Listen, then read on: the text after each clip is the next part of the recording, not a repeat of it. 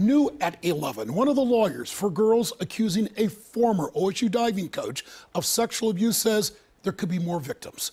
Good evening. I'm Mike Jackson. I'm Colleen Marshall. Thanks for joining us at 11. NBC4's Tyler Beckham is joining us now with new details that he uncovered tonight in this ongoing OSU investigative report. Mike, Colleen, this report is just 8 pages long, but it speaks volumes about the relationship between Will Bahonyi and at least one of his alleged victims, his denials, and according to one lawyer handling the case, what OSU didn't do.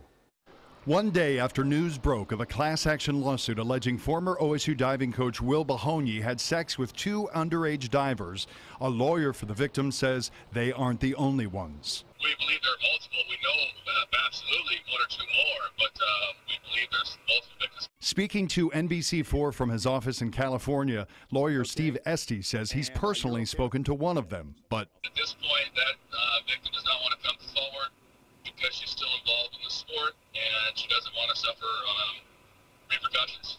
Esty also questions OSU's decision not to pursue criminal charges against Bahonyi, even if his client, a minor at the time, decided not to pursue a university investigation. NBC4 has obtained that investigative file. It states a number of sources to the Aquatics Administration on August 10, 2014, reported a 17-year-old member of the Ohio State Diving Club has been in a consensual sexual relationship with Bahonyi.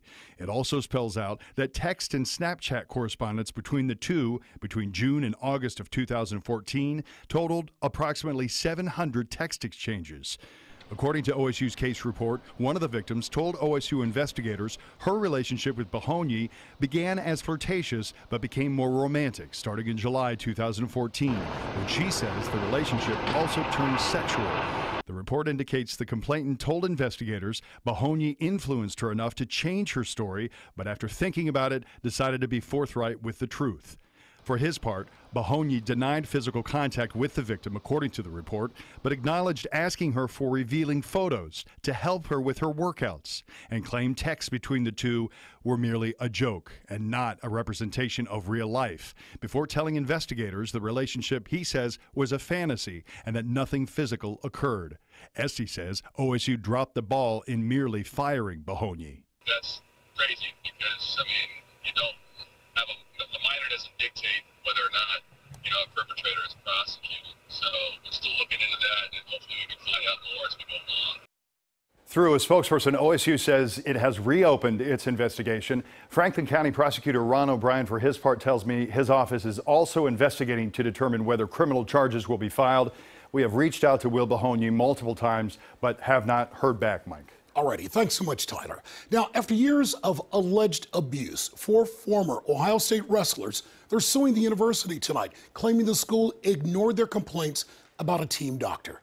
The newly filed lawsuit alleges university coaches and administrators were repeatedly informed about Dr. Richard Strauss' serial sexual abuse against athletes, but turned a blind eye to it for more than 2 decades. Former student athletes involved in more than a dozen sports say they were subjected to his excessive and medically unnecessary fondling, touching, and groping. This was during routine medical examinations.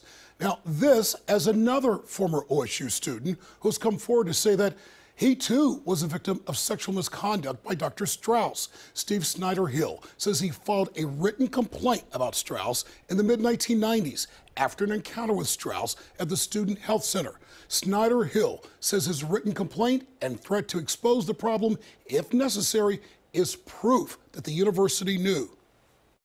I'm going to tell you, that guy was a creep back then. You guys heard that he was a creep. You heard my complaint. You got a threat from me. And here I am 20 years later trying to justify it. Snyder-Hill says that he simply wants the university to own up to the mistake and adopt more stringent policies about dealing with such complaints.